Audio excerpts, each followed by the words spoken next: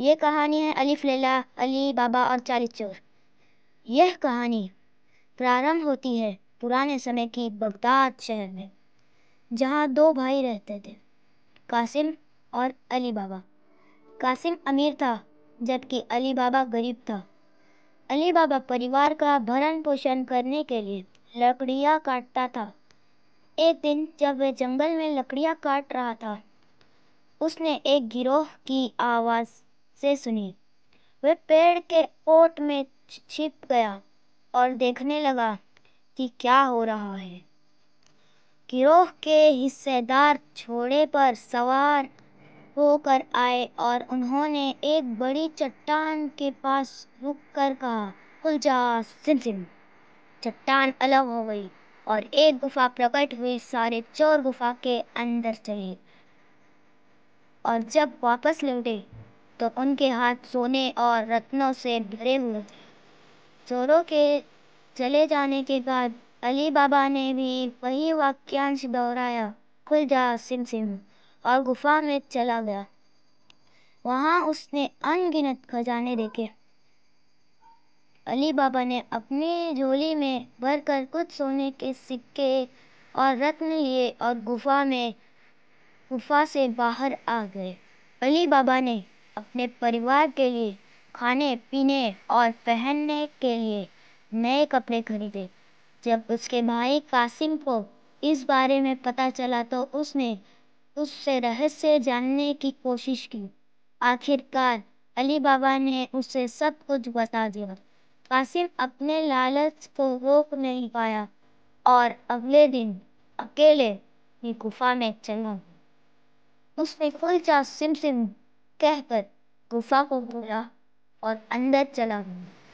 उसने बड़ी मात्रा में खजाना इकट्ठा किया, लेकिन जब वह बाहर निकलने का समय आया तो वह वाक्यांश भूल गया। वह गुफा में ही फंस गया। चोरों ने जब गुफा के अंदर कासिम को देखा तो उन्होंने उसे वहीं मार दिया। जब कासिम लौट कर नहीं आया तो अली बाबा उसे ढूंढने निकला।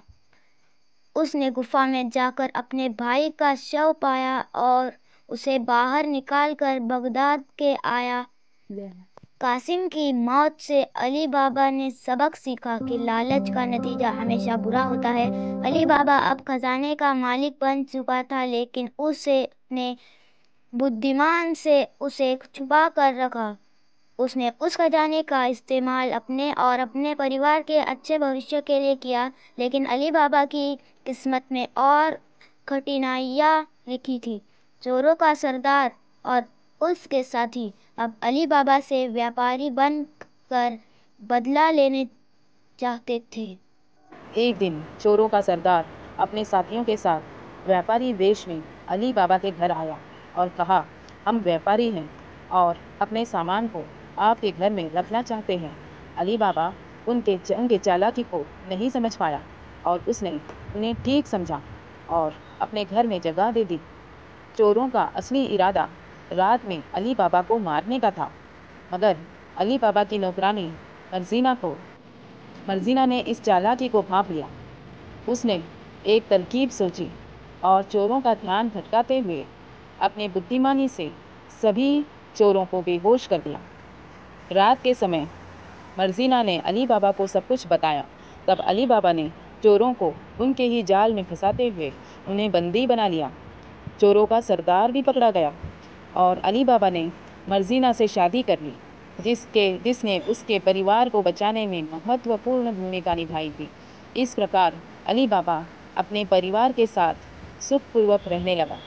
उसने मर्जीना की मदद से अपने खजाने का सही उपयोग किया और गरीबों की सहायता की। उसने सिद्ध कर दिया कि ईमानदारी और बुद्धिमत्ता के साथ काम करने से ही सभी बाधाएं पार की जा सकती हैं। उनकी कहानी एक उदाहरण बनी कि जब ईमानदारी और नेक दिली से काम किया जाता है तो कठिनाइयों का सहज पार होना निश्चित है। अली बाबा की अमीरी और मर्जीना की समझदारी से उनका परिवार हमेशा खुशहाल रहा।